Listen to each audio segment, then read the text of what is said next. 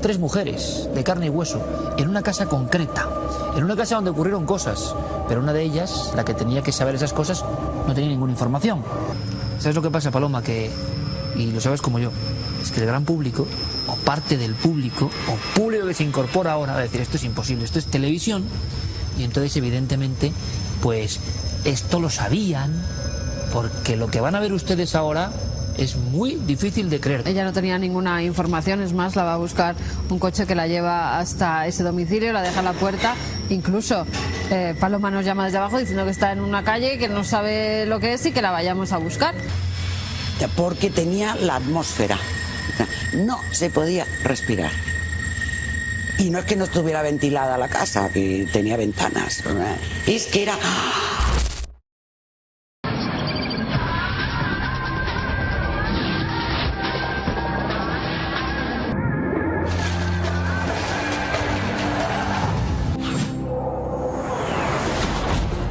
Una vieja casa, una de tantas, en pleno corazón antiguo de Madrid. En este inmueble pasaron cosas terroríficas, cosas que entran de lleno en el mundo de los sucesos. Esta es una nueva investigación, este es un nuevo experimento. 3 mujeres, un lugar. ¿Qué habrán descubierto? ¿Qué habrán sentido? Sabemos que ellas tienen un tacto especial para aproximarse al misterio. El resultado en unos minutos. Buenas noches, bienvenidos a Nada del Misterio. Creo que hay sorpresas muy interesantes. 3 mujeres, Paloma Navarrete, Clara Tahoces, Carmen Porter, en una casa con una historia increíble, pero real. Vamos a ver qué sintieron. Ahora, como siempre, la actualidad. Muy atentos porque hay de todo. Y Carmen, precisamente, buenas noches. Buenas noches, Iker. No hay muy buenas noticias en el Vaticano. Pues no, hace unos días robaban una ampolla con la sangre de Juan Pablo II. Se encontraba en la iglesia de Pietro de Laivenca, en la localidad de L'Aquila. La recordaremos por ese gran terremoto que hubo, que destruyó muchísimas viviendas. Es una reliquia pues muy buscada, porque es considerado ya un santo, aún sin ser nombrado santo todavía Karol Wojtyla. Con lo cual, enseguida han saltado las alarmas, porque la mayoría de los expertos creen que ha podido ser sustraída para realizar algún tipo de ritual satánico. En el satanismo está lo que se llama la contramisa, que es hacer como una misa normal católica, pero a la inversa, y además utilizando sangre en las hostias consagradas e incluso pisando estas, con lo cual la sangre de un santo, en este caso del Papa, pues podía ser muy buscada. No es la primera vez que roban esta reliquia. Fíjate, en el año 2012, cuando un sacerdote la trasladaba a la localidad de L'Aquila, robaron la mochila que llevaba la ampolla en el tren donde se encontraba este sacerdote, aunque luego la depositaron en una papelera dejándola allí. No se sabe muy bien con qué sentido la robaron, si sabían lo que estaban robando o no. Lo cierto es que se volvió a recuperar. Y ahora hay más de 50 carabinieri buscando la ampolla que fue sustraída de la sangre del Papa cuando este se encontraba ya muy enfermo. Había donado sangre para un hospital, el Hospital de Gesù, así se llama, en Roma. Y a su muerte se hicieron 4 ampollitas diferentes. 3 de ellas se conservan en el Vaticano y esta fue a parar a esta iglesia, donde es muy venerada. Además, coincide con unas imágenes que han dado la vuelta al mundo. El actual Papa, estando en el Vaticano, hace una ofrenda y suelta unas palomas. 2 niños le acompañan. Esas palomas salen enseguida volando y de repente son atacadas por un cuervo terrorífico que se lanza contra una de las palomas, y la otra por una gaviota que también ataca a esa paloma de la paz. Todo esto se ha visto como que hay una lucha entre el bien y el mal ahora mismo en el Vaticano. Nosotros hemos consultado con expertos, sobre todo para que nos digan el robo de esa ampolla, ¿qué pueden hacer con ella? ¿Puede haber un ritual satánico por detrás? Haberlo conseguido, haberlo robado, desde luego puede ser perfectamente un objetivo de cualquiera de las sectas satánicas que menudean. Es, digamos, un reto enorme para ellos hacerse con algo tan importante como es la sangre de un papa, ¿no? Es un regalo inesperado. Puede ingerirla mezclada con otras bebidas, cocinarla y también, por supuesto, utilizarla para hacer rituales de fuego. En ese sentido, no sería extraño que alguna persona vaya por una patología, por una situación de desequilibrio mental, haya podido utilizarla para un rito de ese tipo, porque a veces en ese tipo de ritos se mezclan esas dos cosas, es decir, el fanatismo que se puede mezclar en una situación normal de vida espiritual, puede haber también en ese otro tipo de vida apartada de Dios, que sería la complacencia en el mal, ¿no? El misterio de la sangre robada del Papa Juan Pablo II. Una vez más, algo real que supera cualquier guión cinematográfico. ¿Quieren más motivos de actualidad que pueden ser argumentos para cualquier película? Pues escuchen muy atentamente. Desde hace unos días se exhibe en el Museo Británico una tablilla de arcilla de la antigua Mesopotamia que da detalles e información inédita sobre el origen y la construcción del Arca de Noé. Este curioso objeto de escritura cuneiforme cuenta que se trataba de una enorme embarcación redonda conocida como coracle, con armazón de mimbre y cubierta de cuero. Además, en la tablilla se hace mención a que debe ir en ella una pareja de cada especie animal y un grupo de humanos para salvarse de un diluvio catastrófico. Dentro de poco, un grupo de ingenieros seguirán las instrucciones de este objeto arqueológico para construir la embarcación y ver si puede navegar. Irving Finkel, experto en Medio Oriente y la persona que tradujo la tablilla, cree que la historia del diluvio y una embarcación para salvar vidas es una invención de los babilonios y que la historia posiblemente pasó a los judíos durante su exilio en Babilonia en el siglo VI a.C. Antes de las primeras copias que tenemos de las Sagradas Escrituras, mucho antes, tablillas que nos hablan de la misma historia. Otro tipo de tripulaciones las que se ven a continuación. Argentina, concretamente la población de Montehermoso, sorprendida. Una serie de segundos impresionantes. Un objeto, no se sabe si es un reflejo de algo que está ya posado en el mar. Hay quien habla allí por lo menos de auténtico OSNI, objeto submarino no identificado. Pero el documento, si tiene algo que es un plus de emoción, es las expresiones de los propios testigos que están siendo reporteros en ese instante, que están captando el momento de algo muy extraño, y toda la chiquillería que hay en esa especie de laguna, que están siendo asombrados por una visita absolutamente inesperada. Veremos en qué queda esto, pero desde luego es una de las filmaciones, una de las videograbaciones insólitas de los últimos tiempos. Hace poco que ha ocurrido, en los últimos días, parece que los ovnis o los osnis, sea lo que sean, regresan. Y hablábamos de embarcaciones, pues bueno, una en concreto a la deriva, un poco fantasmal, también se ha convertido en un gran viral, es decir, toda la prensa mundial ha hablado de ella y parece que hay luces y sombras. Pues sí, porque si las historias de antes parecían propias de novelas de intriga, pasamos al género directamente de terror.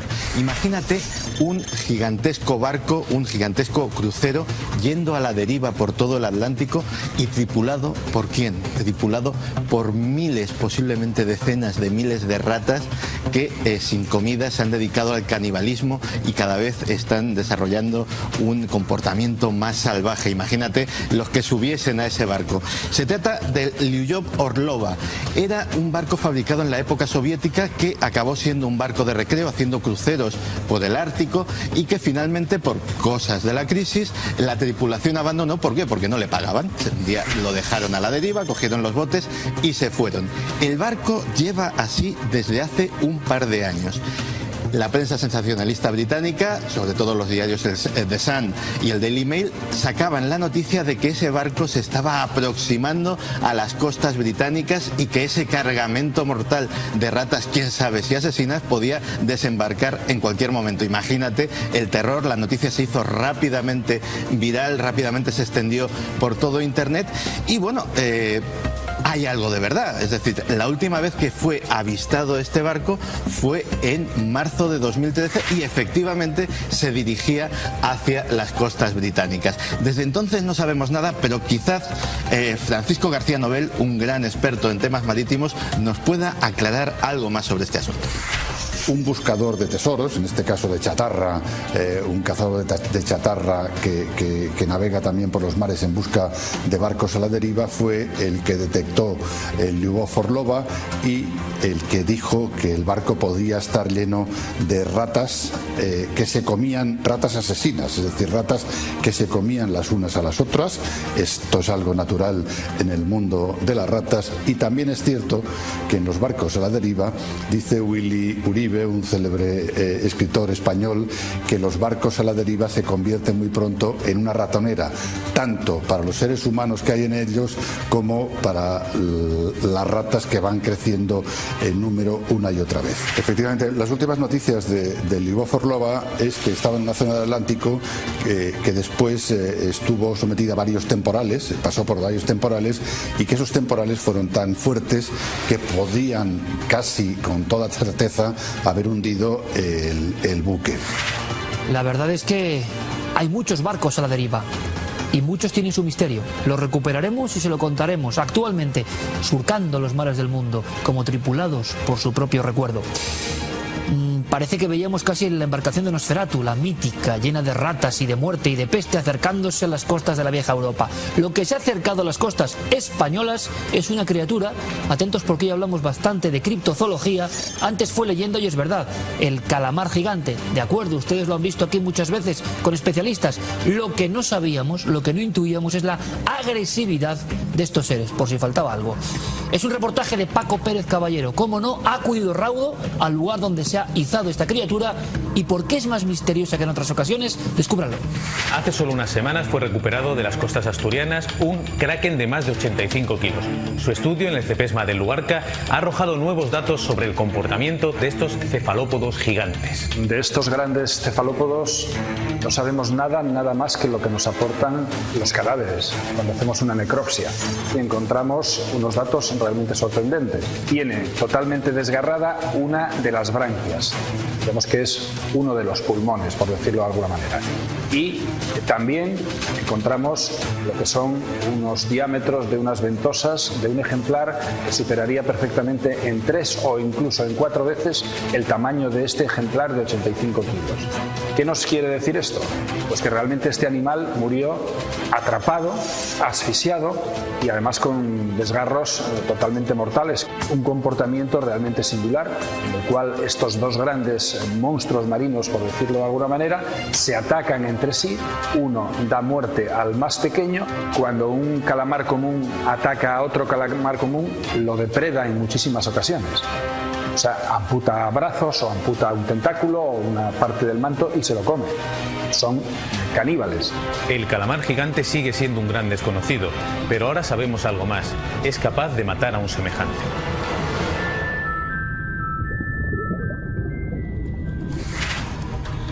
Una noticia única en el estudio de estos seres que, repito, antes fueron mito y ahora son verdad y están en las costas concretamente asturianas. Allí nos hemos perseguido directamente nosotros, este equipo. De verdad que fascinante. Gracias a Luis Laria y a todo el trabajo que hacen el CEPESMA en Luarca, como siempre. Seguimos aprendiendo cosas de criaturas, y antes de que vean otras criaturas que han causado pavor en los últimos tiempos, por si faltaba algo, Mundo Insólito. En cierto modo también son criaturas, los virus. Los virus han servido de inspiración a Luc Guerran, así se llama este artista, que se quedó expectante al ver algunas fotografías de los virus más peligrosos que están pululando por nuestra civilización, y que decidió hacerlos en cristal y convertirlos en obras de arte. Han sido expuestos en innumerables museos y ahora también está a la venta por si usted quiere tener un virus en casa. Y nos vamos hasta Iquitos, en Perú, donde hay una conmoción en una vivienda porque dicen que se aparece el fantasma de una niña. Y no solo lo dicen, sino que han podido fotografiarlo. Una pequeña que tiene el pelo negro por delante de la cara, no se puede ver su rostro. Pero tiene una deficiencia, que es que solo tiene una pierna. Nadie en toda la localidad conoce a una niña de tales características. Cuando hicieron la fotografía, aseguraban los que la hicieron que allí no había absolutamente nada. Pero sí que pasaban algunas cosillas que al parecer son causadas por esta pequeña fantasmal. Y acabamos en Kalachi, en Kazajistán. Una población está verdaderamente conmocionada porque no saben lo que ocurre. Incluso Sanidad ha acudido al lugar para ver si pueden estudiar por qué las personas se quedan dormidas de pie. De repente están tan normales, no padecen ningún tipo de enfermedad. Son personas de entre 14 y 70 años, van andando y caen dormidas como en un sueño eterno, propio incluso de los cuentos. Inmediatamente se despiertan como si nada hubiera ocurrido. Se pensó en una gripe extraña, se pensó en un virus y por el momento no sabe nadie qué es. Lo cierto es que las personas se siguen quedando dormidas sin que nada parezca causar.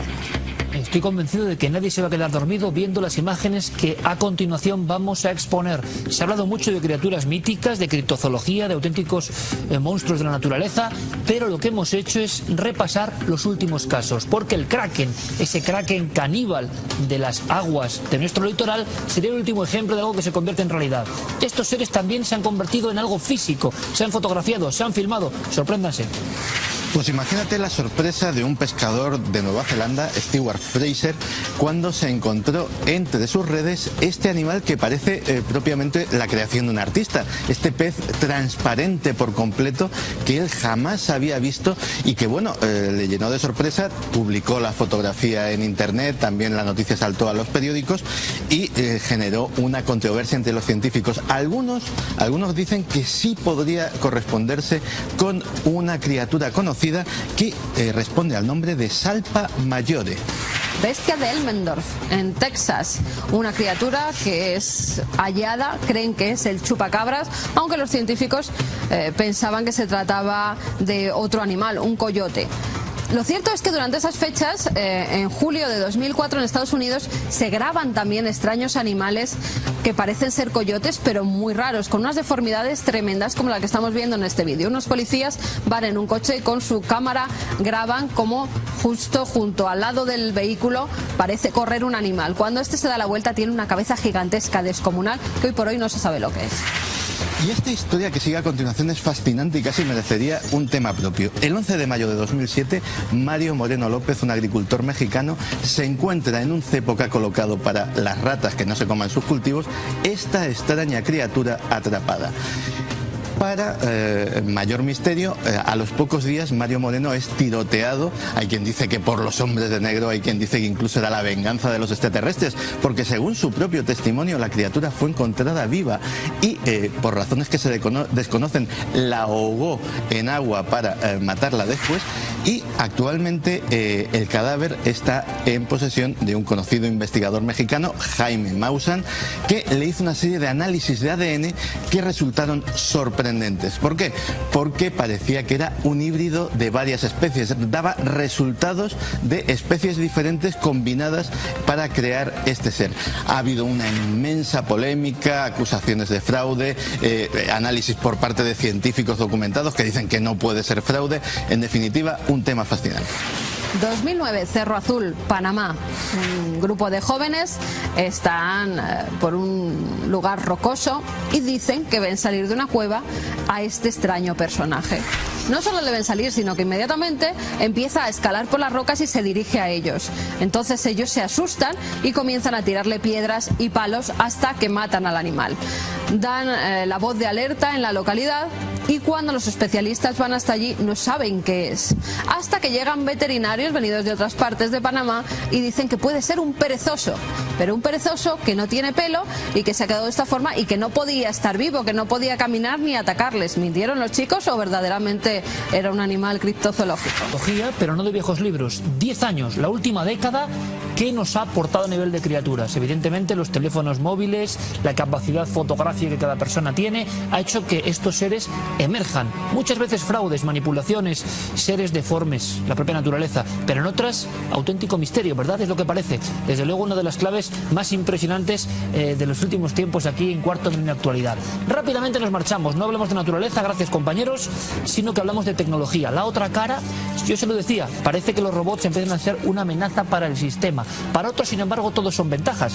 Robots que también hacen cosas humanas, robots que se emocionan, inteligencia artificial, robots que pintan, robots que hacen novela, robots que manejan las finanzas mundiales. Con este documento les contamos algo que no van a poder olvidar. ¿Un mundo dominado por las máquinas? Parece ciencia ficción, pero se trata de una realidad cada vez más palpable. Ahora mismo, las inteligencias artificiales ya están conduciendo coches, escribiendo poesías y componiendo música que los mayores expertos son capaces de identificar como fruto de una mente no humana. Escuchan y atienden nuestras llamadas de teléfono al servicio al cliente. Pero no solo evalúan el trabajo de los demás, también crean sus propias obras de arte. cuando la inteligencia artificial comenzó a producir piezas orquestales tan impresionantes que los propios músicos eran incapaces de identificarlas como fruto de una máquina, se inició un fuerte movimiento de detractores que incluso se oponían férreamente a que las obras fueran tocadas. Dentro de muy poco, la convivencia con las inteligencias artificiales será algo cotidiano. En 2015 comenzarán a implantarse en Reino Unido los automóviles sin conductor, que transportarán por las calles a viajeros que tendrán que confiar en el buen hacer de los algoritmos que pilotan el vehículo. ¿Cómo será el mundo cuando algoritmos controlen totalmente nuestros hospitales, nuestras carreteras y nuestra seguridad nacional? ¿Y qué papel quedará para los médicos, abogados, escritores o para usted mismo cuando su trabajo se vea amenazado por la fría eficiencia de las máquinas?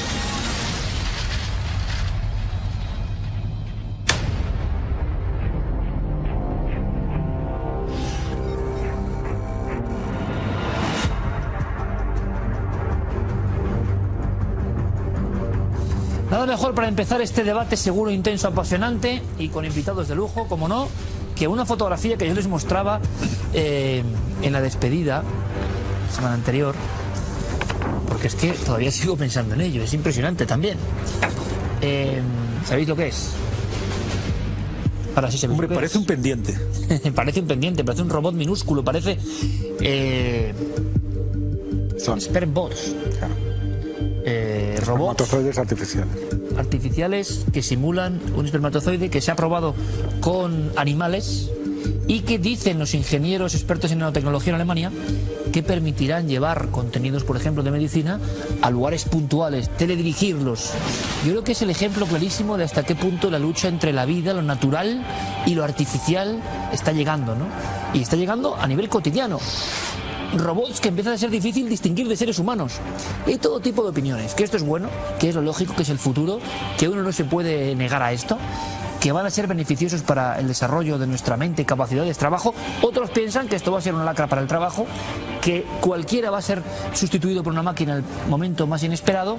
¿Y qué pensarán nuestros invitados? Presento rápidamente, doctor Gaona, buenas noches. ¿Qué tal? Muy buenas noches, Iker. He estado hace poco en un congreso donde se hablaba de estas cosas, apasionante, pues sí, de un término que es singularidad y que ciencia ficción nada, está pasando ahora mismo. Efectivamente, además tuve la fortuna de estar con Ray Kurzweil, que quizás sea uno de los popes de este tipo de movimientos a nivel mundial, y realmente la singularidad es un tsunami que si llega va a arrasar con todo lo que conocemos tal cual está establecido. Bueno, pues presento rápidamente a todos nuestros compañeros. José Manuel Nieves, bienvenido, buenas noches. Hola, ¿qué tal?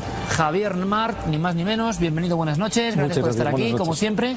Yo sé que tú estás un poco incluso enervado en el aspecto de lo que puede ocurrir a nivel de trabajo. Ahora lo comentamos. Y Alejandro Suárez, gran experto en ciencia y tecnología también, y compañero ya un poco de este equipo, y estamos orgullosos de ello. Estáis los cuatro presentados, el público quiere saber vuestras opiniones.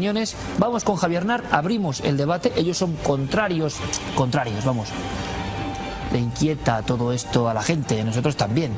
Y ellos piensan que esto es el futuro y que incluso tiene una elección muy positiva. Javier. Mira, yo no soy contrario porque es como ser contrario a la fuerza de la gravedad. Es absolutamente irrelevante, es inútil.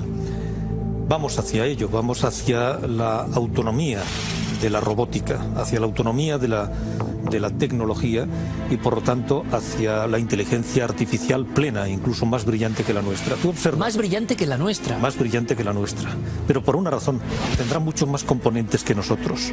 Y nos vamos a encontrar con máquinas con independencia, con capacidad de creación. A mí me gustaría añadir un elemento distinto. Estamos hablando de potencia.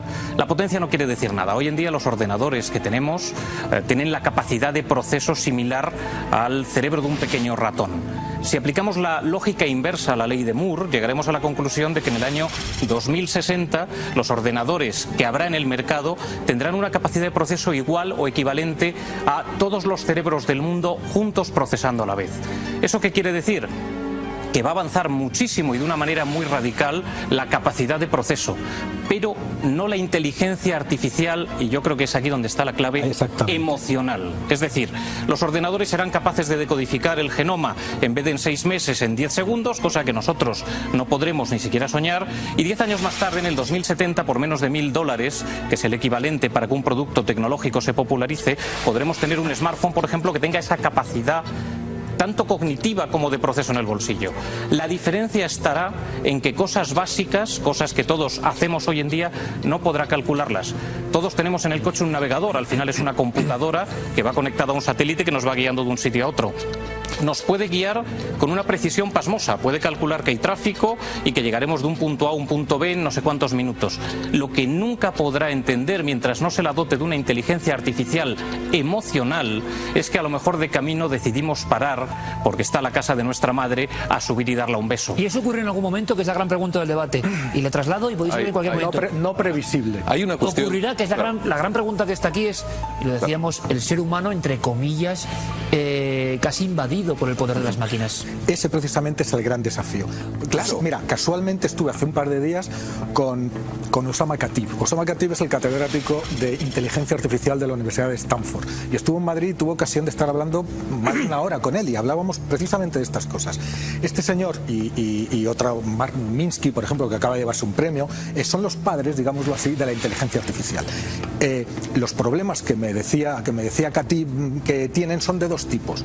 El primero, que el del movimiento, es decir, es muy complicado que un robot suba unas escaleras, cosa tan fácil como esa, un gesto tan normal y tan sencillo como enroscar el tapón de agua en una botella requiere que primero, cualquier humana que lo haga, lo primero que hace es establece un pequeño contacto entre el borde del cuello de la botella y el tapón, tac, y eso le indica automáticamente cómo corregir el tapón para que después se enrosque. Eso un robot no lo sabe hacer. Él sabe de posiciones relativas en el espacio y de posiciones absolutas, no sabe interpretar su propio sentido del tacto. Un poco más allá. Y la segunda cosa, y termino, es la capacidad de colaborar con otros robots y con los seres humanos.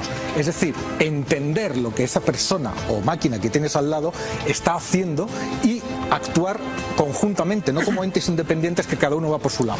Por ejemplo, si tú y yo llevamos una mesa, los dos, porque la tenemos que pasar del salón a la cocina, pues yo te miro y tú haces un gesto, inclinas un poquito la mesa, yo ya sé que la tengo que inclinar. Un robot no lo sabe. Y pasarán generaciones hasta que lo sepa. Pero y te he puesto un ejemplo muy sencillito. Pero puedes simularlo. Claro, pero lo puedes. No es que el robot vea 10.000 vídeos en YouTube, es una que cuestión dentro de 10 años habrá miles de millones. Claro. Sabrá exactamente qué es lo que suelen hacer dos personas cuando transportan una mesa. Pero como, y sabrá corregir el movimiento de la botella. Como en nuestra vida diaria tema de trabajo, hay por ejemplo, millones de interacciones de ese tipo. Porque hay una cuestión que desde fuera, y luego le preguntaremos a Alejandro a qué se está llegando ahora mismo, porque es sorprendente, hemos visto algunos ejemplos. Muchas personas dicen, oye, nos va a quitar el trabajo los robots. Claro. Vamos a ser sustituidos. Yo que me he preparado y me he planteado un futuro y trabajo en no sé dónde, ¿vamos a ser sustituidos por máquinas? Es uno de los grandes miedos, ¿no? ¿Qué opináis?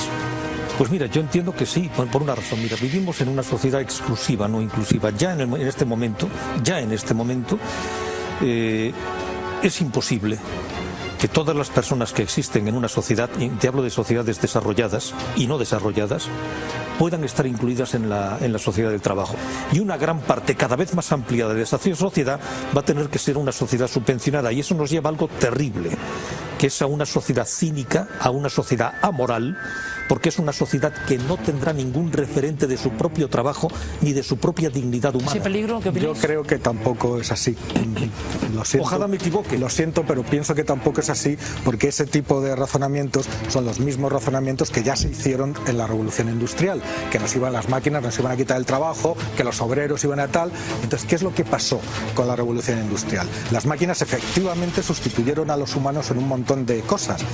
Ahora ya no se ven como se veían antes las cadenas de montaje o esos trabajadores cuyo único trabajo era hacer así en una tuerca, porque esos puestos de trabajo... Se han quitado el trabajo. Sí, pero ha sido sustituido por otras cosas, por otros trabajos que esas mismas maquinarias y la existencia de esas mismas tecnologías ha ido haciendo posibles. Nos hemos pasado, bueno, menos mal que ya no hay gente cuya única misión durante 8 horas al día es hacer así con una tuerca. ¿Crees que no hay trabajo para todos ellos? Vamos a ver, ahora Oye, mismo... a mí mi ordenador me lo reparan desde el domicilio del... Muy bien, pero hay una serie de personas... No viene ni a mi casa. Hay toda una serie de tareas que ya no vamos a tener que hacer, pero eso se considera como una ayuda a la humanidad. Esto, Alejandro, por favor. Pero ojo, no son tareas tan obvias y ahí ha habido... ahora mismo en ese baremo, ¿no? Hay nuevas profesiones. Hay un estudio muy interesante que se ha publicado precisamente esta semana, que es un estudio de riesgos laborales a futuro. Una pregunta tipo de qué va a pasar con su profesión en las próximas 2 décadas. No es tan obvio como parece y curiosamente hay profesiones que tienen un 99% de riesgo de desaparición en los próximos 20 años. ¿Cómo cuáles? Son, por ejemplo, telemarketing. Máquinas van a sustituir a todas las personas que se ocupan de llamar desde un call center y demás. Estamos hablando de un 99% de posibilidades de desaparición de esos puestos de trabajo que se convertirán y se reconvertirán en otros puestos de trabajo. Alejandro, simplemente, aunque sigas ahora con el listado, se han hecho pruebas ya de interlocutores que no saben que es un robot.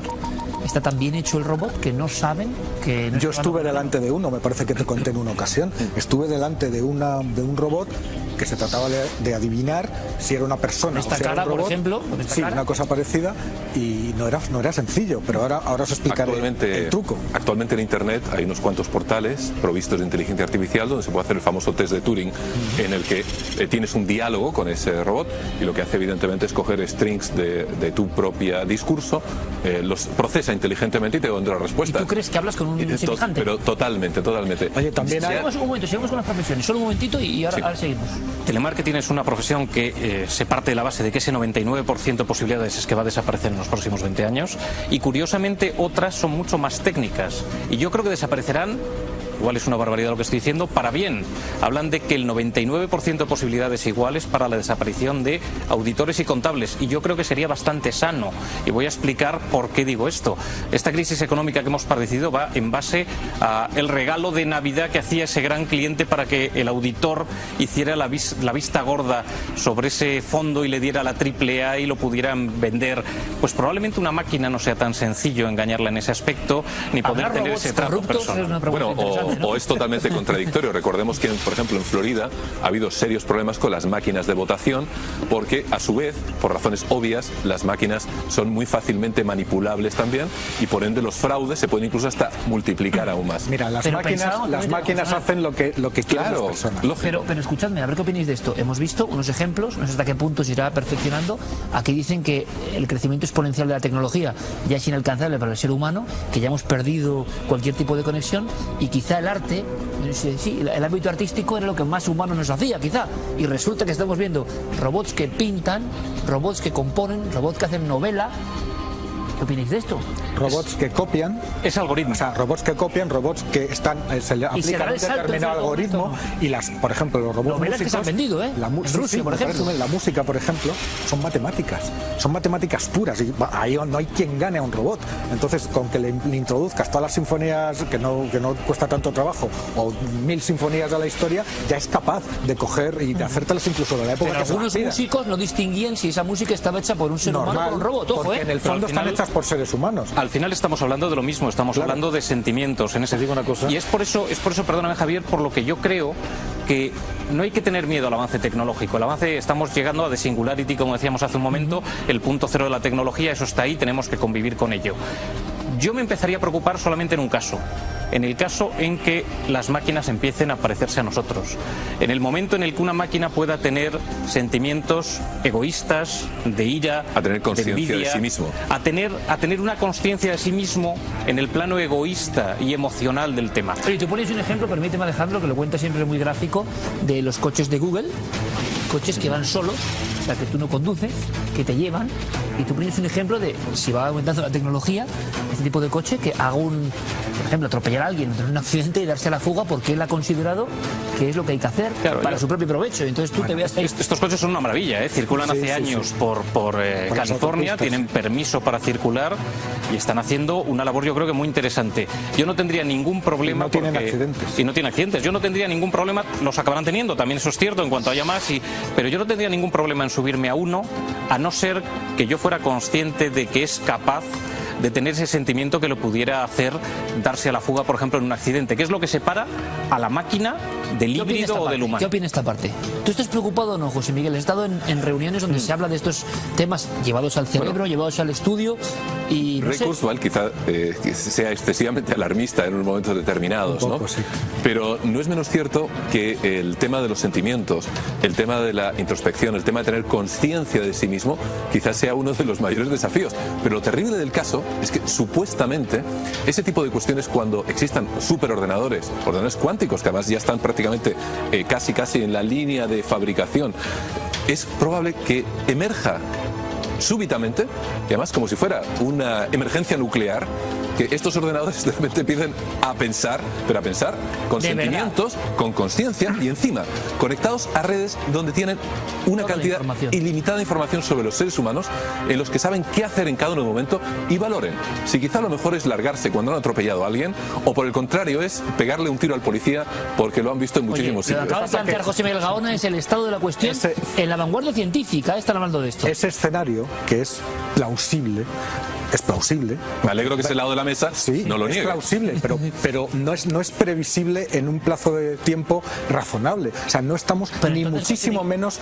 Solo nos salva el plazo de tiempo, según No, pero es que vamos a ver. Sobre todo nos salva el plazo de tiempo. Pero es que podemos estar hablando de siglos. Es decir, no sabemos si vamos a ello. Yo creo que si me permitís que la pregunta es sobre todo si nosotros lo vamos a ver. ¿Qué es lo más humano, parecido a lo humano, en tu opinión, para que sigamos debatiendo, que está ocurriendo ahora mismo? He visto algunos ejemplos igual un poco bizarros, ¿no? De bueno, que si hace una novela, que si pinta, que compone, no que ejecute, sino que compone, entre comillas, una sinfonía. Pero a día de hoy, extiendo la pregunta, ¿qué es lo más parecido al humano, en tu opinión? Lo más comercial parecido a lo humano, yo diría que es un robot que desarrolla Honda, un humanoide que se llama Asimo. Lo llevan desarrollando desde el año 89, las versiones más avanzadas son a partir del 2000, pero insisto, estamos a años luz. De vez en cuando hay el accidente nuclear en Japón y nos dicen, Asimo ya está preparado para en caso de un accidente nuclear intervenir. Pero cuando te hacen una demo, te dicen, mira cómo baila. Y, coño, ¿ves que le faltan un par de décadas al invento? De hecho, en Fukushima estuvieron meses en enviar robots porque no podían. Hay un enorme gap tecnológico que todavía queda un tiempo muy importante para que este tipo de tecnologías avancen lo suficiente hasta el punto en que estamos nosotros. Yo lo que creo que, respondiendo a lo que decía Javier, yo creo que los tiempos van más lentos de lo que parece porque la industria militar no está especialmente interesada a día de hoy en la inteligencia artificial. Que para ti es la base, ¿no? El empuje militar es lo que hace que todo esto que estamos viendo más o menos avance. Hoy en día la industria militar está desarrollando grandes sistemas informáticos, está desarrollando drones, está desarrollando... Internet pero realmente no está el foco puesto aquí. En el momento que el foco, por lo tanto el dinero y la inversión de la industria militar pudiera estar aquí, sí que estos temas avanzarían mucho más rápido. Y sí que me gustaría indicar una cosa. Hay pequeños sistemas de inteligencia artificial que todos llevamos encima. En el teléfono móvil, los usuarios de Android o los usuarios de iPhone tienen Siri o el equivalente de Android. Yo trabajo habitualmente con Siri y le voy pidiendo pequeñas tareas. Le voy pidiendo que me lea un correo electrónico, que me escriba un correo mientras voy conduciendo. Pequeñas tareas en el día a día que a mí me hacen ganar tiempo. Siri trabaja, en este caso, que es un sistema, un motor de inteligencia artificial directamente en la nube, es decir, directamente desde Internet. Eso hace que decenas de miles de personas como yo, dándole órdenes, hagan que haya una inteligencia global que vaya aprendiendo de decenas de millones de usuarios. Quiero poner otro elemento más para debatir. Dicen que, lo hemos visto, que robots también manejan la economía mundial. Es decir, grandes transacciones en bolsa. Claro. Eso publiqué yo un artículo recientemente en el periódico. Porque esto sí que puede dar una sensación de grandes finanzas mundiales, movimientos importantísimos para cómo va el planeta. Resulta que ya no lo hace la inteligencia humana, sino robots que pelean entre ellos. Sí, porque la economía, es verdad, hay determinados algoritmos que se está viendo que tienen la capacidad son tan rápidos y se producen tan rápidamente teniendo efectos de unas bolsas a otras o en el mercado bursátil que ningún ser humano, ni siquiera el que está sentado delante de la pantalla, veíamos, ¿no? tiene tiempo para reaccionar, y entonces pues se ha visto y se ha comprobado que hay Esto es muy mercados. increíble, lo he comentado, Sí. muchas personas no se lo creían. Es que es así. La economía mundial en la bolsa está fagocitada por robots. Pero es así, porque son algoritmos tan increíblemente rápidos que superan la capacidad de tiempo de reacción de los humanos. Bueno, la bolsa, el comercio mundial, el intercambio de divisas funciona a través de máquinas. O la navegación aérea. O la navegación aérea. A mí, en la economía, quizás es el sector donde más se depende de esas máquinas. Claro. De hecho, lo estamos viendo. Si se cae el sistema de la Bolsa de Madrid, la bolsa cierra hasta el día siguiente. Es decir, eso funciona así ineludiblemente. A mí eso no me da miedo en tanto en cuanto la máquina no gane dinero. Es decir, al final siempre hay una persona que es la que está programando unos algoritmos determinados para que esa máquina haga una labor porque tiene un interés personal. Pero te recuerdo que dentro de la inteligencia artificial también hay mecanismos justamente de premio y de castigo, que además es uno de los pilares de la inteligencia artificial. Es decir, que en un momento determinado, cuando las máquinas se premian dentro de esos algoritmos y en un futuro quizá no tan lejano lleguen a tener quizá cierto tipo de conciencia, pueden ser tan ávidas que sin lugar a dudas arrasen. Sí, con un matiz. Al menos si ganan el dinero no podrán gastar. ¿Para ganar a quién? No a otras personas, sino a otros algoritmos. Entonces es como una guerra de algoritmos. Guerra de robots. Es una guerra. Bueno, no son robots porque no tienen cuerpo, sino que son instrucciones. Son bots algoritmos informáticos. Son bots informáticos preparados para pelear uno con otro. Exactamente. ¿Qué pasa? Que el resultado de eso es que puede haber consecuencias en la economía, no sé, la caída de un mercado financiero determinado que no estuviera dentro de la intención de quienes de los manipuladores de esas máquinas, pero que ha sucedido por esta sucesión rapidísima de interacciones. De supuestamente estar tutelado, en cierto momento el sistema adquiere una autonomía y se les va de las manos a sus propios creadores. El pequeño Frankenstein se les escapa de las manos. Pero es que eso, las máquinas y las inteligencias artificiales no hacen nada para lo que no hayan sido programadas. El problema es que han sido programadas para hacer eso. Más rápido que el otro, más deprisa que el otro, gana más que el otro. Y entonces no se plantean ninguna otra cosa más. Ahí no hay maldad ni bondad. Simplemente son herramientas que han sido programadas para hacer eso y lo hacen. Y punto. Lo que hay que hacer es desprogramarlas.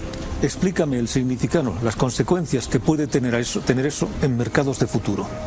Y eso, por ejemplo, aplicado a mercados de futuro de elementos básicos de sobrevivencia, trigo, alimentación, etcétera, etcétera. Esto lo que significa sencillamente es que nadie tiene la culpa, nadie tendrá la culpa, excepto el que parió la máquina y el que la programó, que tampoco tendrá la culpa de que se produzca una situación de hambruna descomunal por acumulación en un determinado momento.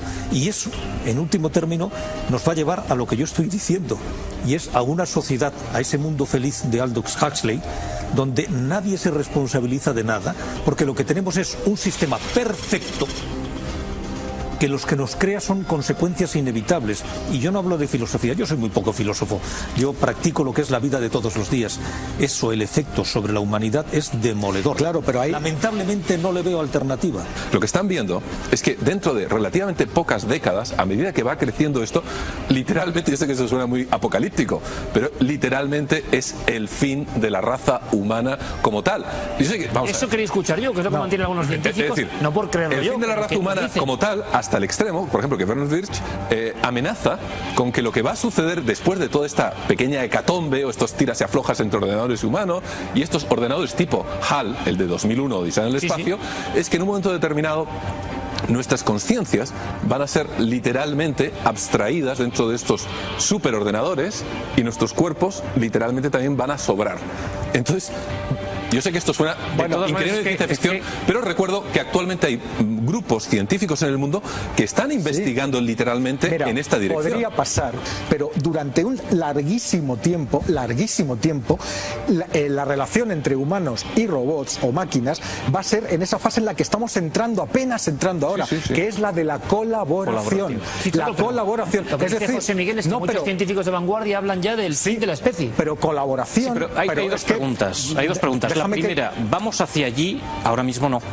Y la segunda, técnicamente es posible, no se sabe, al menos en 2 o 3 décadas, la tecnología actual, haciendo, como decía antes, una proyección inversa de la ley de Moore, no hace permitir pensar que sea posible. Vamos a ver, vamos hacia máquinas que son totalmente autónomas.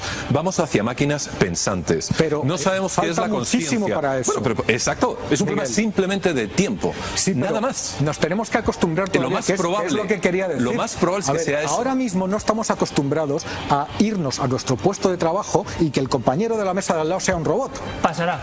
Por supuesto, eso va a pasar. Estamos entrando en eso. No estamos acostumbrados a eso y a tener que interrelacionar, a que nuestra pareja laboral sea un robot, con la cual nos tenemos que comunicar y a la cual tenemos que guiar para que haga determinadas cosas. Cuidado, igual que guía a ti, porque como no tienes sentimientos, igual que guías a un niño, te diga, oye, por favor, ponte a trabajar, perdona, que llevas mucho tiempo ya hablando con el compañero humano de al lado. Estamos acostumbrados a otra cosa que va a suceder muy pronto, que es que tengamos a un robot en casa para el servicio doméstico. Eso lo vimos en la ciencia ficción de siempre. No, pero para el servicio doméstico, para bañar a los niños, fíjate que eso el mayordomo virtual será nuestro principal compañero antes de aquí. Es decir, bastante tenemos. ¿Cómo? El mayordomo virtual, un sistema de robot, que la lógica es pensar que estará, que nos sirve. Bueno, un autómata, la lógica es pensar que estará dentro de nuestro teléfono móvil, no hemos de pensar en algo físico. La lógica nos hace pensar, con el avance de estos sistemas y con cómo se analiza el Big Data, que será imprescindible en los próximos 5 o 10 años y que cada uno tendremos como principal colaborador en nuestra vida personal, nuestro asistente virtual. Es decir, lo que sale en las películas. Pero con un matiz muy importante. Yo antes hablaba de que yo manejo Siri habitualmente.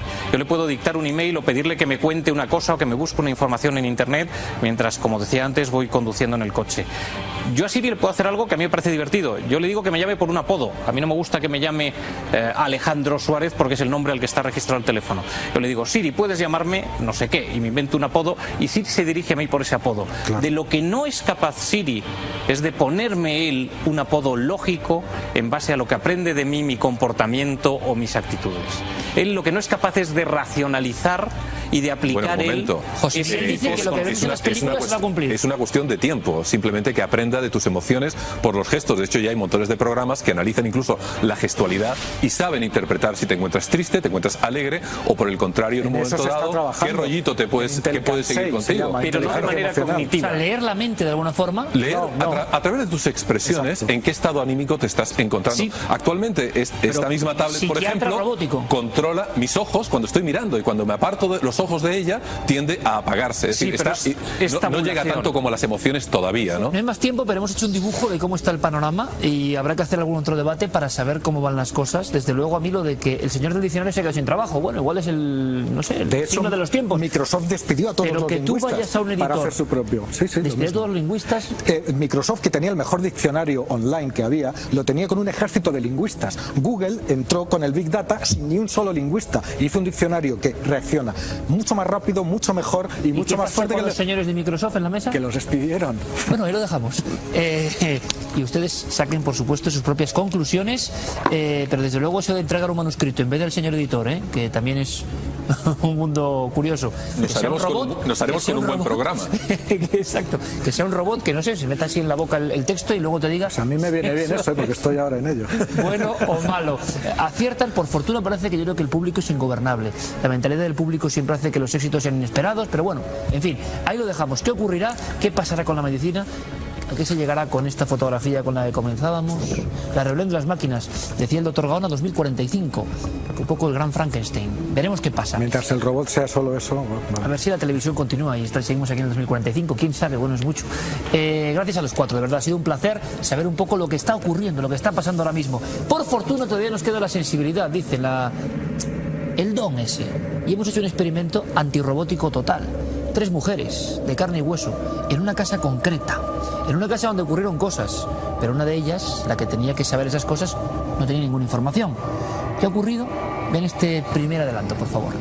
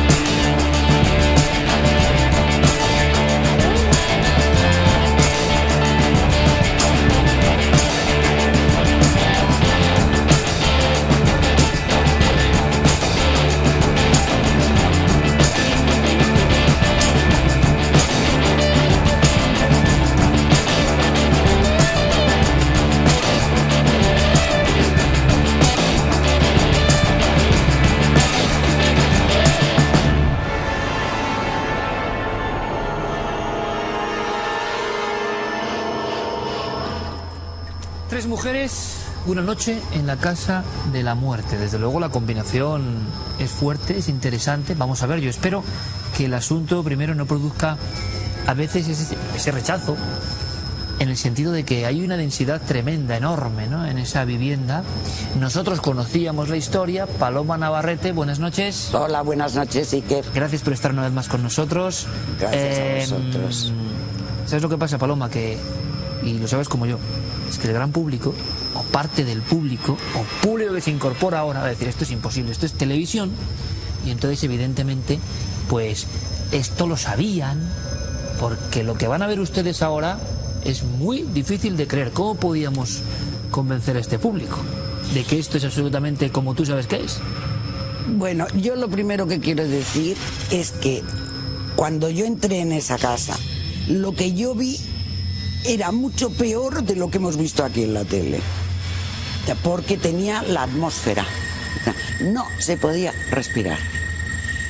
Y no es que no estuviera ventilada la casa, que tenía ventanas, es que era... Y ya te quedabas así, sin respirar, hasta que no respiré hasta que salí, yo creo. Es uno de los sitios que te ha impactado, por tanto. Pero terrible, terrible. Esa, ¿qué diría yo? Ese papel de las paredes que no se ha cambiado desde que se construyó la casa, supongo. Por tanto, ese papel ha visto muchas cosas, mira, que ahora sabemos. Ese papel, desde luego, si se pudiera traducir una novela entera. ¿Qué habrá visto Paloma? La están queriendo saber ya, evidentemente. Ella no tenía ninguna información, podríamos decir, Carmen, la dinámica operativa. ¿Y por qué aclaro esto? Porque hemos variado nuestro horario, yo sé que hay público nuevo, vamos más pronto. El público fiel de siempre, de Cuarto Milenio, que gracias a Dios siempre está ahí, ya sabe muy bien cómo trabajamos con Paloma Navarrete, sabe de su honestidad, sabe de su línea incluso científica en el aspecto académico suyo, pero con esta virtud, este don. Yo mismo me he quedado, digo, porque conozco a Paloma, porque es increíble, ¿no? Ella no sabía nada, es más, y tomamos ciertas precauciones como siempre, pero si cae un poco más, para llegar a una casa y que se encuentre de sopetón con la casa y casi no puede identificarla. Ella no tenía ninguna información, es más, la va a buscar un coche que la lleva hasta ese domicilio, la deja en la puerta. Incluso Paloma nos llama desde abajo diciendo que está en una calle, que no sabe lo que es y que la vayamos a buscar. Aparte, fíjate si no sabría que no sabía ni que yo estaba dentro de la casa. O sea, se lleva una sorpresa cuando dice, anda, pero si estás aquí dentro, Carmen. No tenía absolutamente información de nada, como solemos hacer con ella, precisamente para que en ese sentido esté completamente virgen, que no esté influida por nada de lo que ocurrió entre esas cuatro paredes o incluso en el edificio o en la calle, para que no tuviera información ninguna. Lo han visto, la tercera mujer en este equipo, que ojalá tenga muchos lances con el misterio, porque sabemos, y yo lo sé muy bien, la sensibilidad femenina habitualmente está como años luz de la sensibilidad masculina para estos temas, ¿no? Hay algo especial que ellas captan, y a ver si nos lo pueden traducir, que es el gran misterio, creo que ha ocurrido, ¿no? Esa especie de ensalmo curioso. Clara Tahoces es la otra pata de este equipo. Clara, bienvenida. Muy buenas noches. Y tú, esa densidad, esa falta como de aire, no en lo físico precisamente, sino, claro, en vosotras, que ya tenéis periodísticamente la información, ¿pesaba todo eso? No lo sé, pero lo sentiste casi como ha contado Paloma, ¿no? Sí, yo la verdad es que fue nada más entrar en el lugar, es decir, pues bueno, probablemente conocer la historia de la casa no juega en favor a nivel de las sensaciones, pero es que he estado en muchos sitios donde han pasado cosas también terribles y no he tenido esa sensación tan horrorosa. Es decir, mi sensación es que hace mucho tiempo que no iba a un lugar tan denso, cuya atmósfera estás deseando marcharte, no tanto por lo que sabes que ha pasado, que yo sí lo sabía, sino porque te encuentras hasta mal. Hay una cosa clara, que además no podéis disimular, hay diferentes planos. Quiero mandar un abrazo a todo el equipo, lo han visto ahí trabajando para perimetrar toda la casa, para poner las multicámaras, para tener todos los datos. Pero al final, en lo humano, yo creo que está lo más fuerte de esta historia. Las caras que pone Clara Tahoces mirando a Carmen al otro lado, cuando Paloma empieza a soltar cosas sin tener ninguna información, repito, concreta, de dónde está. Son un poema. ¿Quieren verlas? Vamos con la primera parte de la investigación y luego hablaremos tranquilamente. Evidentemente son minutos que hemos ido seleccionando. Paloma ve muchas cosas, percibe cosas, nos va a contar ella, pero resulta que algunas parece que se adecúan como un calco a la vieja historia de esta vivienda. Hay que decir, Iker, que se va todo el equipo, nos dejan simplemente con las cámaras que han instalado previamente durante todo el día en la casa y nos quedamos encerradas las tres en esas habitaciones un tanto tétricas. Bueno, pues primer momento, vamos a decir así, de la noche en el que Paloma siente algo. Ella muchas veces utiliza la típica esfera bola de cristal para fijarse, porque hay que decir que esto es una forma como de que el pensamiento vuele libre, de focalizar, ¿o qué, Paloma? Sí, es una forma de cambiar el estado de conciencia. O sea, yo cambio el estado de conciencia habitual de vigilia por un estado alterado de conciencia y la bola me sirve para hacer ese clic y entrar en otra dimensión. ¿Y qué pasa en esa dimensión, en esa casa concreta, en pleno corazón de Madrid? No hay que ir muy lejos. Vamos a verlo. A ver, hay una discusión terrible entre dos hombres. Por cuestiones, pero que no sé cuáles son, pero desde luego estos dos no se quieren nada.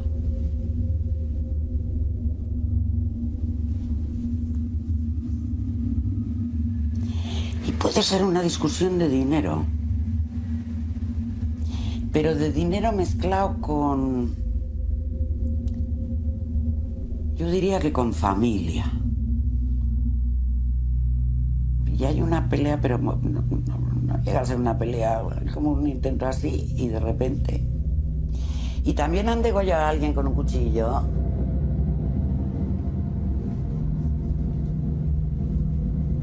Ahí hay alguien que se lo han cargado.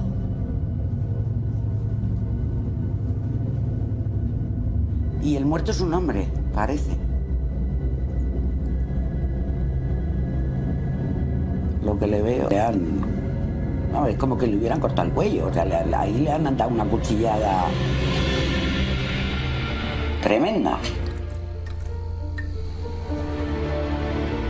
Resolvamos un poco la incógnita en ese edificio, que sí les diré, y van a ver los recortes, que cuando los investigadores empiezan a ver, después de un caso muy célebre criminal que efectivamente ocurre allí, empiezan a echar mano de hemeroteca policial, se dan cuenta de que en esta misma calle, en esta misma casa, han ocurrido varios crímenes. Es más, la prensa la llamará la casa de los crímenes. Es como una superposición de acontecimientos en diferentes épocas que coinciden. En este caso, en el primer piso de la vivienda, los dos siguientes son en el mismo inmueble donde están ellas. Y es un caso casi arqueológico comparado con los otros. Hablamos, Carmen, de 1945, si no me equivoco. Exactamente, es el 8 de mayo cuando descubren el cuerpo de Felipe de la Braña. Era un camisero joven que se halló en la cama con un fuerte golpe en la cabeza. Parece ser que le dieron con un objeto contundente. Llegaron a decir que podía ser un candelabro que tenía en su vivienda. Se habló de relación homosexual, creo, también en su momento, ¿no? De una riña de enamorados, tía. Exactamente. Se apuntaron varias hipótesis, entre ellas la del robo puro y duro y también la de que tuvieron una relación y por enfado amoroso, pues esa pareja acabará con la vida del camisero. Pero no se pudo llegar a nada, Iker, porque no encontraron al culpable nunca. Lo que sí se sabe es que este camisero se ve que en un esfuerzo por luchar por su vida, en el último momento logró arrancar un gran mechón de pelo de su agresor, que claro, con las técnicas que tenían antes no llegaron a más. Hoy en día se podría analizar y descubrir al verdadero culpable. Crimen sin resolver, y esto es lo interesante. O Paloma está viendo que hay otro crimen que vayan ustedes a saber si ocurrió antes también en esa casa, que evidentemente tiene unos 130 años. 135 más o menos. La cronología policial llega al 45, pero antes tampoco se sabe lo que ha ocurrido. Se sabe que el primer crimen sin resolver, evidentemente, pum, es este. Y Paloma ve un cuchillo, pero ve perfectamente, porque yo creo que no se ve... El público no puede esperar tampoco, y luego hay algo increíble, es que sea como una película exactamente, como variaciones de elementos, pero tú ves claro dos hombres que discuten. Sí, eso estaba clarísimo. Era una discusión fuertísima. Eran dos hombres que parecía que vivían en esa casa, porque era en una habitación de esa casa. Y entonces era una discusión que no sé bien de qué es, pero era mezclada entre cosas de dinero, cosas afectivas, digamos, familiares afectivas.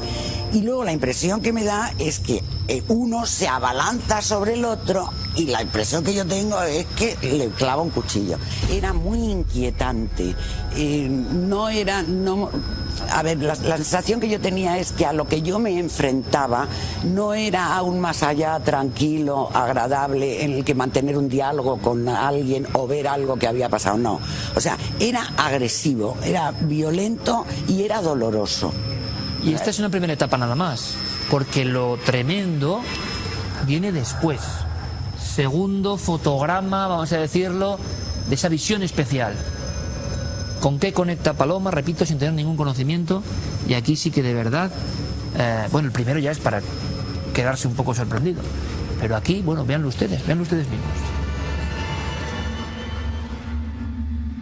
Hay un hombre gritando por el pasillo, pero gritando desaforadamente por el pasillo.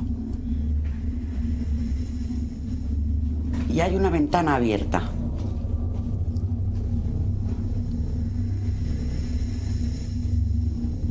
Este hombre está loco.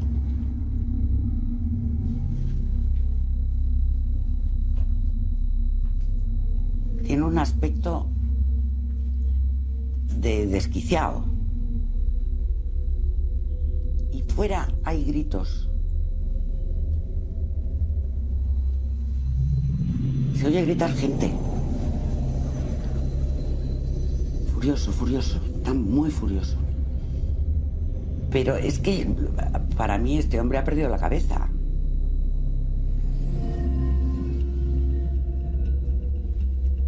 Es como... se queja. Y en el suelo parece, porque es una figura muy... pero la impresión que da es que es una mujer. Yo creo que alguien más hay, pero metido en un cuarto.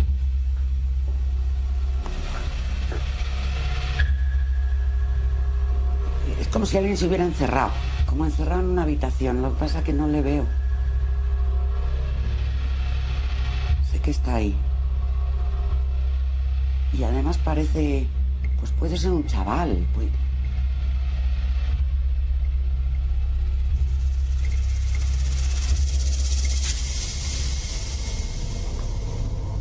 Y está llorando. ¿Cómo conectar esto con lo que ocurre realmente? Vamos a hacerlo muy rápido para que ellas puedan opinar, que es lo importante. Primer día de mayo del año 1962, portada del caso: el sastre homicida y su esposa, apuñaladas y martillazos, asesina a toda su familia, luego se suicidó. Pone después: ante el espanto de los transeúntes, sacó al balcón los cuerpos sin vida de sus hijos. Se cree que estaba enloquecido. José María Ruiz entra en una especie de extrañísima paranoia, nunca explicado también, y con cuchillo y martillo, deslizándose como una sombra en esa casa, en esas habitaciones, va acabando con la vida de sus 5 hijos, de su esposa. Tenemos esta viñeta dramática con el dibujo del caso. Sale ante la muchedumbre que hay concentrada abajo en esa calle de Madrid, Antonio Grillo, sale con un revólver en la mano y con la hija más pequeña ensangrentada, hecha un atillo, al balcón. Lo que dijo, que sigue siendo otro misterio, es: ellos me han obligado, mirando al cielo, ellos han querido que haga esto, es culpa de ellos, ellos me obligaron. El espanto en la calle es tan brutal que un sacerdote logra subir a la puerta que han visto y desde el otro lado mantiene una conversación con José María Ruiz, que es el único vivo ya dentro de esa casa, donde en cada habitación hay cadáveres. Uno de los niños se ha encerrado, efectivamente, en uno de los cuartos para intentar salvarse de la ira de su propio padre, pero al final le alcanza también. Él hace caso omiso al sacerdote y dice que ellos le obligaron. Nunca se resolvió. Paloma, por eso digo, es increíble. Tú no tenías conocimiento de estos detalles, de estos casos. Pues no tenía ni idea de que ese señor existía, de que había ocurrido en esa casa toda esta tragedia, pero no me extraña que dijera: ellos me obligaron, las voces me obligaron, porque ese hombre estaba loco. Estaba en un ataque de demencia, de locura, tal como yo le veía. Y lo que tú ves se relaciona y era con un esta hombre fotografía. moreno, exacto, sí. Era un hombre moreno con esos ojos, ¿no? Unos ojos extraviados. Cuando yo le veía no tenía las gafas puestas. Sin gafas. Sin gafas. Es curioso porque fue justo en la mañana nada más levantarse y quizá no llevaba gafas en ese Pues momento. no, Nadie las sabe gafas lo no que las, pasó no las vi, a lo dentro de mejor las esa tenía o no las vi, pero los ojos sí los vi.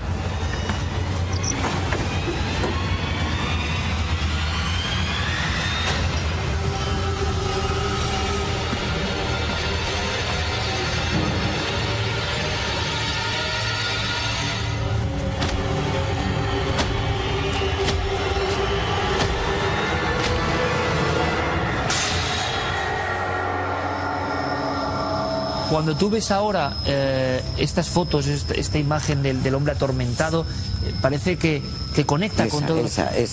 Hay momentos ese pelo, en que Paloma, ese pelo, sí. y no le hemos añadido, en que Paloma da más datos, pero tampoco queremos hacer esto muy extenso y quizá muy terrorífico para ustedes. Pelo moreno corto con trozos un poco grisáceos que tú lo cuentas trozos y grises. se puede percibir aquí. Sí, y luego yo lo que vi es que trabajaba con las manos, o sea, tenía un oficio y luego me dijisteis que me dijo Carmen que era sastre. Luego yo le veía que era un oficio. Sí, además también cuando está viendo eso dice que cree que puede tener algún problema de dinero, que algo con el dinero le está afectando, que no sabe qué puede ser. Se apuntó a la posibilidad en la prensa de la época que tuviera muchos problemas con un chalet que se estaba realizando en Villalba. Eso al parecer le tenía bastante alocado, bastante conmovido, estaba obsesionado con ese recinto, con ese chalet, con esa casa que se estaban construyendo, e incluso la mujer ya decía que si fuera solo él porque ella no estaba a gusto, estaba obsesionado con esa casa, no sé por qué. En las caras de Clara Tavoces ahora las comprenden, claro. Tú estás observando todo eso, tú conoces la historia y ves que Paloma empieza a soltar cosas que parece que es como el recuerdo vivo todavía de lo que pasó en esa casa, con ese papel pintado, en esas habitaciones, que es que no han cambiado. Yo cuando veo las imágenes, lo que me impresiona también es que esas manecillas de las puertas, esos adoquines o esas losetas, todo es puertas, todo es original. Todo fue como testigo en la de todo época. esto. Claro. Hombre, a mí en ese momento me llama muchísimo la atención lo que está contando Paloma, porque efectivamente yo sí conozco la historia, y igual que Carmen, y nos mirábamos nosotras, claro, no queríamos decir nada para no condicionar lo que ella estaba manifestando en ese momento, y tengo que decir que me resulta estremecedor que Paloma pueda vislumbrar detalles tan concretos que parece como si estuviera viendo una película, ¿no? Pues quieren ver una tercera parte de todo esto para ya rematar, por desgracia, un acontecimiento muy dramático repetidas veces en el mismo lugar. Para la policía se convirtió en una especie de desafío. ¿Casualidad? Pues seguramente, pero vaya casualidad. Luego hay una historia que tú ves a alguien que se tira, luego lo contamos, porque parece que también hay informaciones. Pero hay una tercera fase importante que hemos destacado y que también hay documentos. La vemos.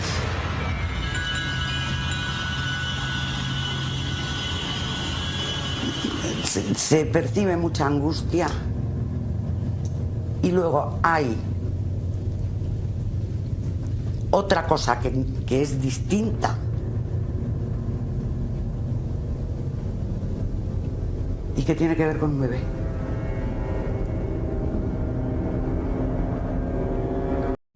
Con una criaturita muy pequeña.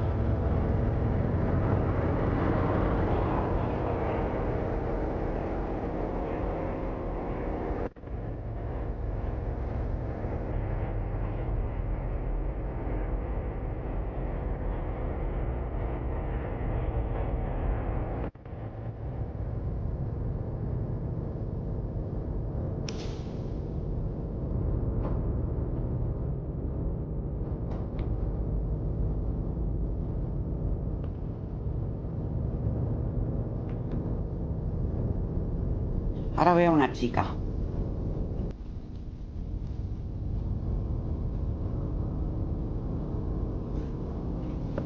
Es una chica joven. Tiene unos ojos muy como aniñados. Pues otra que está llorando. Esta chica está muy angustiada, muy angustiada. Muy angustiada. Lleva en las manos un bulto envuelto en tela.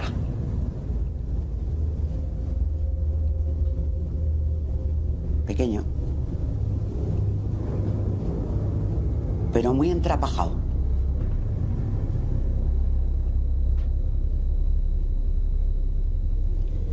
Y lo meten en algún sitio.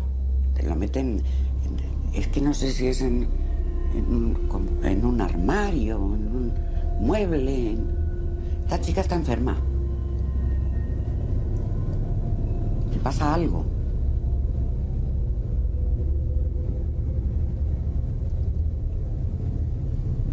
Y está absolutamente conmocionada. Y ella va vestida con una especie de camisón.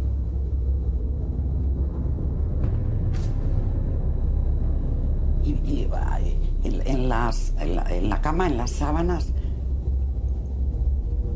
pues es como si hubiera sangre. Una mancha rarita. Otra. Ha habido un parto en esta casa. El bulto es un bebé. Dios santo. Dios santo, por cierto, ¿te suena esta cara? Los ojos. Esta cara? Los ojos. Eran los ojos. ¿Cuál es la historia? Pues nos remontamos al 15 de abril de 1964. Pilar Agustín Jimeno, una joven de 20 años, da luz. Ese día inmediatamente ahoga al bebé, lo envuelve entre telas y lo esconde en el armario. Se encontrará varios días después ese pequeño, por supuesto, sin vida. En la casa, en una de las habitaciones donde estaban ellos haciendo la prueba, que en el fondo esta prueba es sensibilidad femenina en diferentes grados, evidentemente, 3 investigadoras, cada una con sus armas para saber algo más, y en un mismo lugar, nunca lo habíamos hecho, y los resultados nos sorprenden.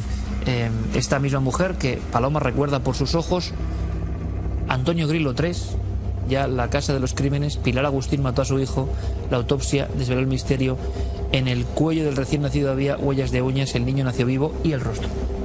Sí, parece ser que estaba ocultando el embarazo, había dado a luz en una de esas habitaciones de la casa donde nos encontrábamos, y no sé si en un momento de angustia, de no saber qué hacer, de ser señalada por la sociedad de la época como madre soltera, no sé qué pudo llevar a una madre a acabar con el bebé recién nacido. Miedo. Miedo. Angustia, miedo. Y se lo percibía en la cama. Primero aparecían ciertas imágenes y luego la cama, que es cuando tú dices, aquí ha habido un... Claro, la cama, en la cama hay sangre, o sea, esa mancha era de sangre.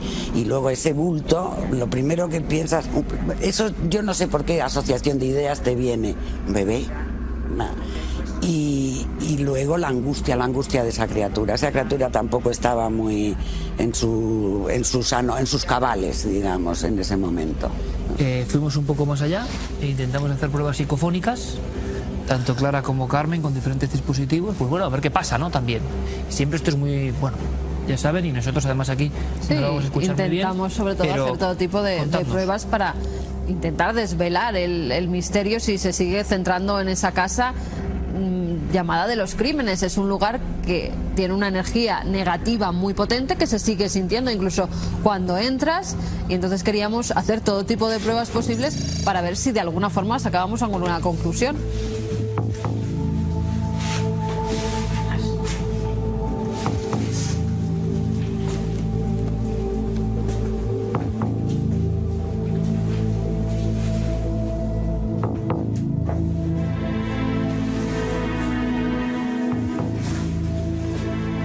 ¿Qué vamos a escuchar? Pues justamente en el lugar donde parece que se concentraba lo que peor energía nosotras notábamos, donde bien decía Clara, ahora es como una especie de despensa. Hay un momento dado en el que está Paloma con el péndulo diciendo que ahí se concentra un mal rollo bastante grande, más que en el resto de la casa. Y yo tengo la grabadora, en este caso no está metida en cámara anecoica, es una grabadora que yo a la vez que voy grabando en vídeo voy grabando en audio, y se graba una voz que dice papá, parece de una niña muy pequeña. Escuchamos. No te falta.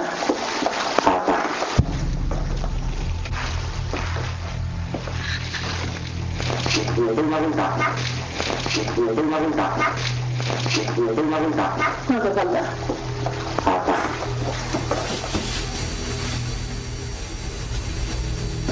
Aquí cambia el campo, aquí está bien. O sea, son zonas, son como puntos peor. ¿Y en el baño? Y en el baño.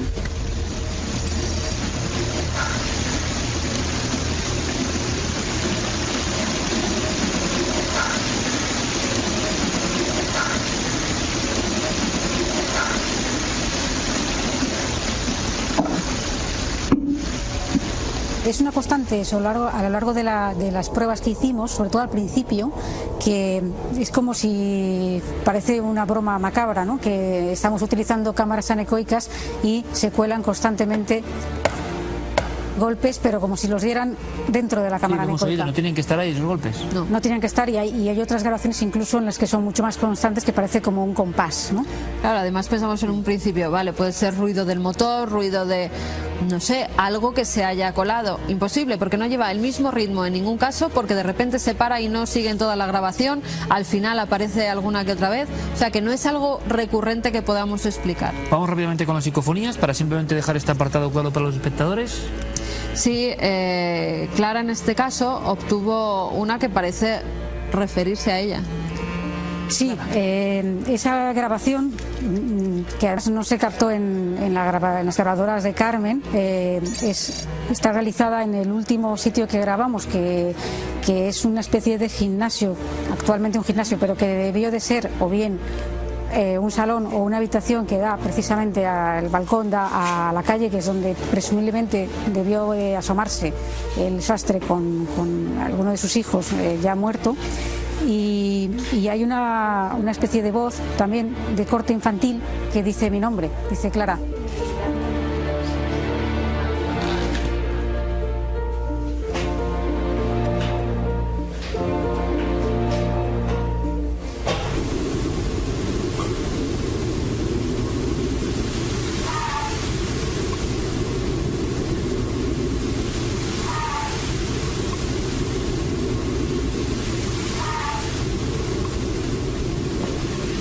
Es curioso porque casi todas las voces, por lo menos que se puedan entender, que se han grabado, son casi todas, parecen de niños, parecen y además en la cámara digamos de seguridad es que se ve un sonido muy calmado. Claro, es que para eso utilizamos, para que no se metan sonidos exteriores. Hay un sonido clarísimo que no tiene nada que ver. Se cuela, se introduce en un sitio donde no debiera de estar. Claro. Yo estaba de noche a altas horas de la madrugada revisando todo el material y la verdad que tuve problemas para conciliar el sueño después, porque son voces, tú sabes cómo has hecho la investigación, sabíamos que íbamos apuntando, Clara iba apuntando minuto por minuto si algún ruido se colaba de la calle, si nosotras habíamos hecho algún ruido en algún momento.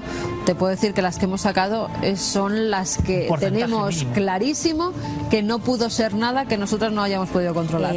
Por el contenido de muchas de las grabaciones que hemos obtenido, tengo la impresión de que están conectadas con el lugar, cosa que no siempre pasa. Son como voces muy de bajo tono, como muy, si les faltara resuello o les faltara energía como para poder hablar con claridad, pero los mensajes que aparecen, algunos son bastante inquietantes en cuanto a lo que sabemos que ha ocurrido allí, ¿no? Y sí, tengo que decir que yo volví un poco impresionada de este sitio y estuve 2 noches con muchas pesadillas. Yo espero que el siguiente lugar sea más agradable. Paloma, Clara, Carmen, ¿cuál será? Nadie lo sabe. 3 mujeres en un lugar y a ver qué pasa. Por cierto, pueden proponernos lugares. Claro. Porque siempre hemos sido investigadores, siempre hemos estado los hombres ahí a veces interfiriendo. Oye, 3 mujeres que saben un poco de qué de esta historia y concienciadas en investigar, puede darnos quizá un resultado absolutamente sorprendente. Pero a ver si menos pesadillas, ¿no? Porque dentro de lo malo yo creo que lo pasamos bien. Lo iba a decir, que además nos llevamos muy bien y dentro de lo que era lo pasamos bien. Pues hasta la próxima, compañeras. Muchísimas gracias. Yo espero no haber dado pesadillas a los espectadores de hoy, porque yo lo digo, cuando yo vi los planos de la casa, simplemente los planos de la casa, evidentemente sabiendo lo que ahí había pasado, no sé si les ha pasado a ustedes, pero qué enorme impresión. Hay casas que parece que siguen latiendo, ¿no? Hace mucho tiempo, con lo que ocurrió allí hace tiempo. Continuamos, gracias a las 3, por supuesto, y nuestro programa prosigue. ¿Han visto al doctor Gaona? Estarán preguntando. ¿Han visto experimentado con el famoso Sideron? Las gráficas pero todavía no tenemos todos los datos. Así que en un futuro recuento, si les parece, ahondaremos en esa otra parte científico-cuántica que ha sabido de esta casa. Como estamos probando en varios sitios, ya veremos qué ocurre.